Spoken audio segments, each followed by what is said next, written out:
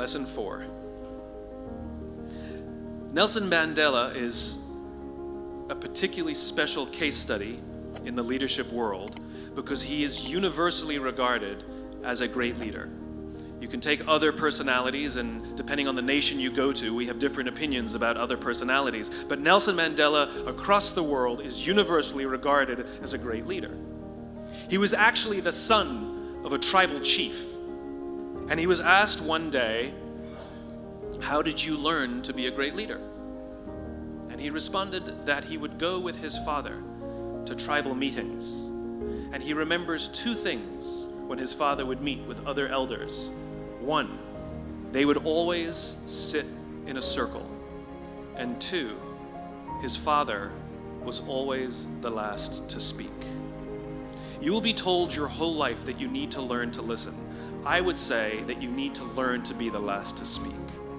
I see it in boardrooms every day of the week.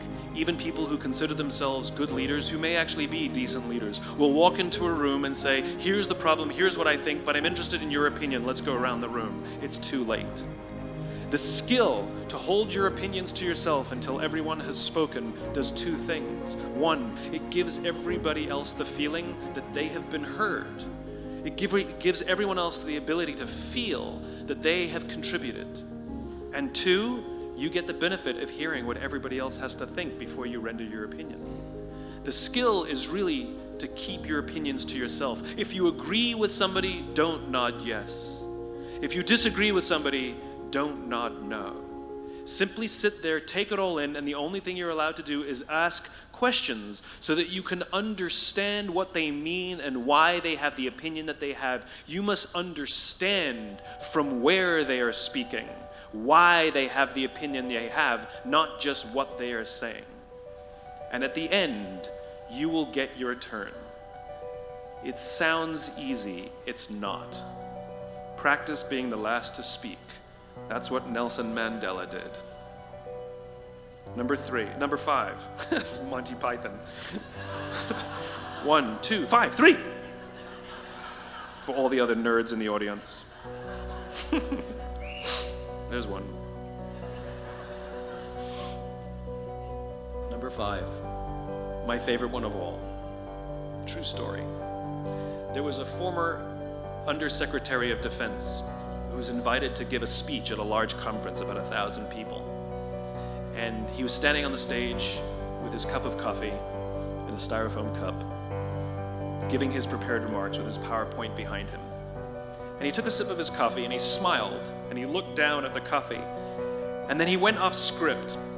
And he said, last year I spoke at this exact same conference. Last year I was still the undersecretary. And when I spoke here last year, they flew me here business class. And when I arrived at the airport, there was somebody waiting for me to take me to my hotel. And they took me to my hotel and they had already checked me in and they just took me up to my room. And the next morning I came downstairs and there was someone waiting in the lobby to greet me and they drove me to this here same venue. They took me through the back entrance and took me into the green room and handed me a cup of coffee in a beautiful ceramic cup. He says, "I'm no longer the undersecretary. I flew here coach. I took a taxi to my hotel and I checked myself in. When I came down the lobby this morning, I took another taxi to this venue. I came in the front door and found my way backstage, and when I asked someone, 'Do you have any coffee?' he pointed to the coffee machine in the corner, and I poured myself a cup of coffee into this here styrofoam cup." He says the lesson is, the ceramic cup was never meant for me. It was meant for the position I held. I deserve a styrofoam cup. Remember this. As you gain fame, as you gain fortune, as you gain position and seniority, people will treat you better. They will hold doors open for you. They will get you a cup of tea and coffee without you even asking. They will call you sir and ma'am, and they will give you stuff. None of that stuff is meant for you. That stuff is meant for the position you hold. It is meant for the level that you have achieved of leader or success or whatever you want to call it. But you will always deserve a styrofoam cup. Remember that Remember that lesson of humility and gratitude. You can accept all the free stuff. You can accept all the perks. Absolutely, you can enjoy them. But just be grateful for them and know that they're not for you. I remember getting off the Acela. I took the Acela from New York to Washington, D.C. And I got off the train like everybody else.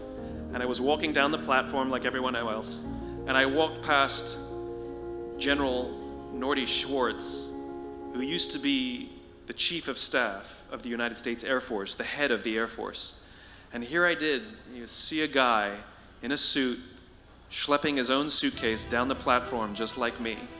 And just a couple months ago, he was flying on private jets and he had an entourage and other people carried his luggage. But he no longer held the position, and so now he got to drag his own suitcase. And never did it sort of remind me more that none of us deserve the perks that we get. We all deserve a styrofoam cup. It was a pleasure meeting you guys this afternoon. I was blown away by your honesty and your curiosity and your poise. And I am confident that the future is bright despite the fact that America looks like an absolute mess right now. I am confident that the future is bright for one reason and one reason only, because you will grow up and you will be our future.